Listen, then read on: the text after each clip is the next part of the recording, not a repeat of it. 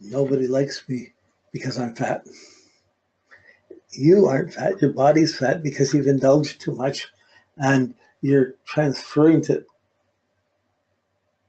your values to that. And it's affecting your identity and the other things in your life. So we get in bad habits, Moon. We get in wrong thoughts, Mercury. It's going to make wrong choices. How many kids are growing up trying to get in the wrong world? They're making really weird, bad choices. Even a good partnership is a great blessing. So mutual tastes, liking similar things. That's really nice. Not liking similar, when you're with someone you don't like similar things. Oh, one person wants to spend everything, the other person wants to conserve or save money. So this is a continuous battle that's fairly easy to see at any time in life. How beautiful, how nice, how content, how happy. What do you want? What are you going to do to get what you want? How do you manipulate things to get what you want? No, we all do it. But you see any kid, you see anybody, any age, you'll see this going on in changing degrees. It's different when you're 16 and hormonal or 20 and hormonal than when you're 40 or 50 and really socially active, when you're in your 60s, 70s, and you're on a whole nother level. Still, Venus is very predominant on whether you like yourself or not, or what you do, what's valuable, what's not. So these pressures, the discontents, the storms, the addictions, the storms of Venus, the lusts, the passions, they all evolve a little bit. So hopefully we get a little refinement about our taste and our qualities of life as we get older. Many people make the decision, I just want to have money and that's my security. Other people, I just want to have love. I don't care if I have money. Other people, I want passion. Other people, I want to be creative or artist. I want my work to be appreciated. So many layers. But so Venus is a very predominant factor in understanding the person. It cycles, a 10-month cycle. It goes around in 10 months. We learn that we develop our values in 10 months. Like in the kid, you'd see it. Well, the 10th month is the beginning of ownership. The first 10 months you're just growing up and you like this, you don't like this, it's food, it's taste or good, taste or bad. But by 10 months, this is mine. I want this, I get this, give me this, I'll throw that. It becomes really physical, the sense of mine. And you could say every 10 months after that, another cycle. By the time we're 20 years old, we've gone through some 25, almost 30 cycles of Venus. And each time we're growing it, repeating it, refining it, evolving it, devolving it. So when we don't get what we want, we usually want to trade off to get the second best thing. If we can't get that, we go for the third best thing. If we don't get that, we start complaining. So where Venus can be artistic appreciation and beautiful sensation and courtesy and pleasantness, it can also be vulgar discontent and cussing and swearing and this is no damn good or this is no effing good or whatever. Like it can bring up this discontent. So it's a moving factor. Two people go to bed, they sleep, they both want to be appreciated, they both want to be satisfied. One person gets satisfied and falls asleep and the other person's not going to be happy in the morning. You can't pretend around these things. So getting what you want, not getting what you want, Venus is really involved in most addictions. It affects your self-worth. I got to have this, I got to have that. And it's alcoholism, drug addiction, often is tied up to your self-worth or lack thereof. And then you get caught in, I got to have this, I got to have that. Venus is stormy. The whole planet is stormy. In fact, the storms, it's interesting that Venus would be like facelifts with the way you look, because Venus is atmosphere is sulfuric acid. The clouds are sulfuric acid, and it'll just burn. If you were on the planet, you would dissolve in a minute or so. Totally, you get a body lift more than just a facelift. So how do you know what you want? Where do you get content? Where do you stop? Where are you satisfied? When you're satisfied, is that enough, or do you want more, or do you want it again? Well, what we got to do for money to get the home we want or to get the things we want, all of these things are Venus things. Whether we expect we have to do it all or whether someone's going to do it for us. In marriage, you have a kid. All of a sudden, I'm taking care of the kid. I have the kid. We need much more things, and often the expectation is on the working partner to get it. Well, nowadays everybody's got to work. You can't get by hardly with one person working, but not everybody can live up to the expectations of what someone else wants. Then you get the henpecked husband or nagged wife for not giving on what one wants. So more often than not, Venus is the place of discontent, of stormy evaluations. And the puzzle is to become content. In the spiritual world, each planet's a yoga, right? And each aspect's a sub-yoga.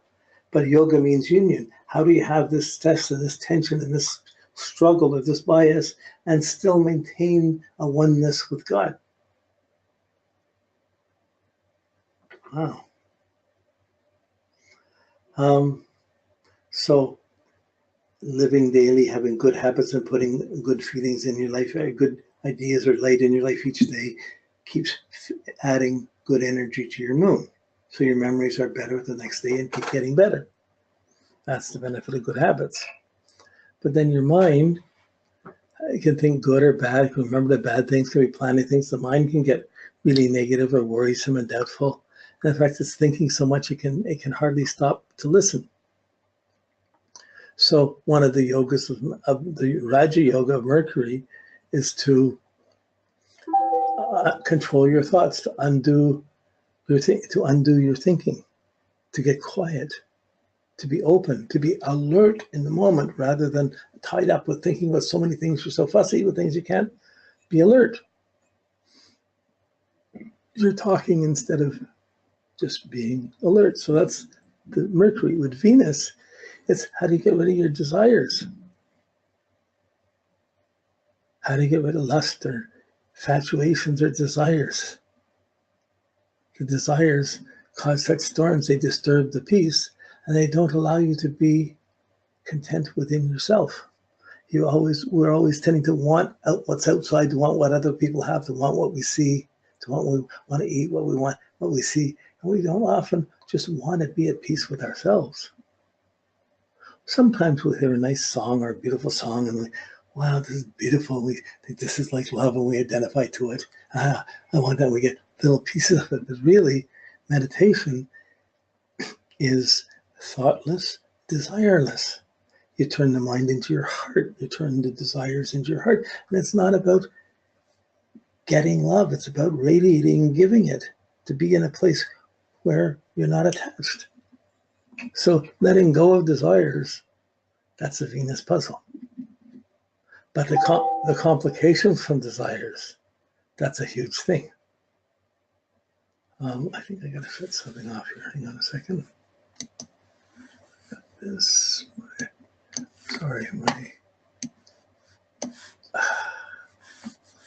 Of course it's going to go to that. Bear with me.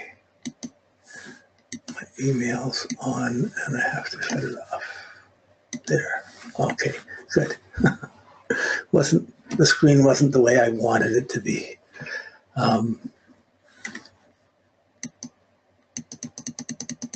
Okay, so we can get really fussy. I want this, I don't want that. We can get very prudish, we get very picky about the things we want. There's 12 attitudes of each sign on how we make our choices and what we want and how to evolve the quality of our emotions.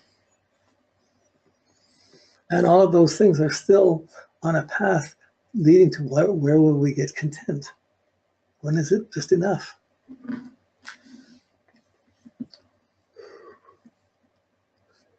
I mean,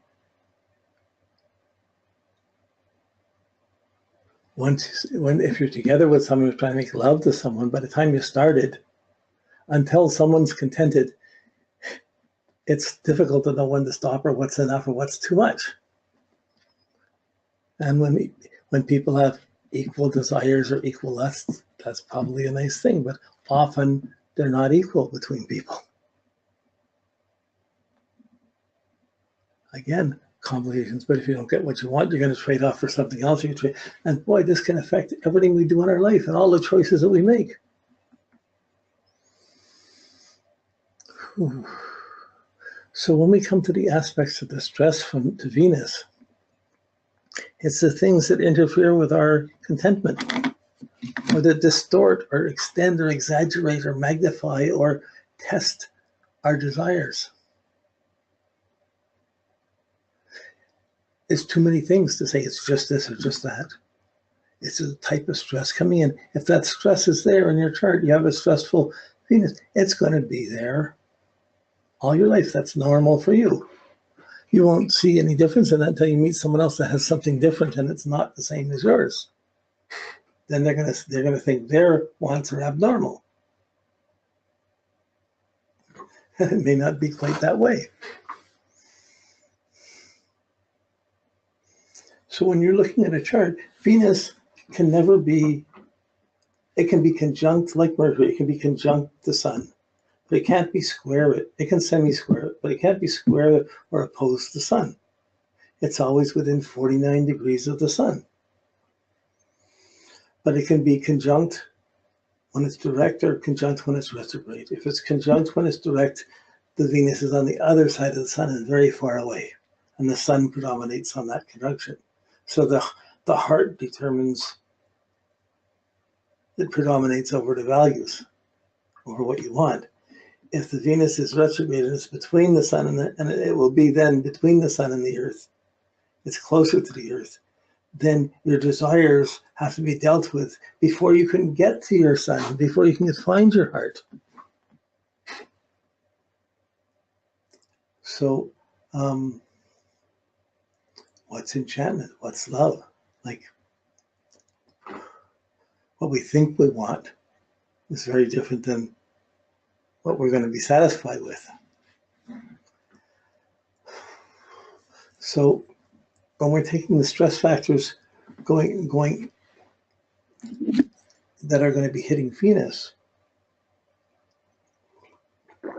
they will hit every aspect or every level of Venus. It may crystallize on one or two levels or layers, but if your moon is going to make a difficult aspect to Venus, what does it imply? A stressful aspect to Venus. Conjunction, considered lucky, but really there's the stress factor involved. The conjunction, the square, and the opposition of the moon to Venus. That means your habits have a stressful relationship to your desires of what you want. I need to have this, I want to have this. It can make you overindulgent. It can make your choices based on the family or the way you lived. I've got to have this. Or mom says I have to be like this, or I have to feel I have to do this. But the habits of the moon tend to be overindulged. The moon is needy, the Venus wants, and they both attract things. There's a tendency to overeat, or to have a sweet tooth, or to want too much, or want too much satisfaction, or expect too much. Not to have to give too much to get. And when someone has that, there's a kind of laziness with them. You know, they might be, it's not everybody, but it would be easy to put on weight because you have the sweet tooth. And because you might not want to make so much effort, you think things will just come, why make an effort? So then the yoga becomes, how do you not, it's like you have your needs, which is the past, which is pulling you back into the things you had before. When I was with my first wife, that was so nice, and now I'm with you, it's not the same.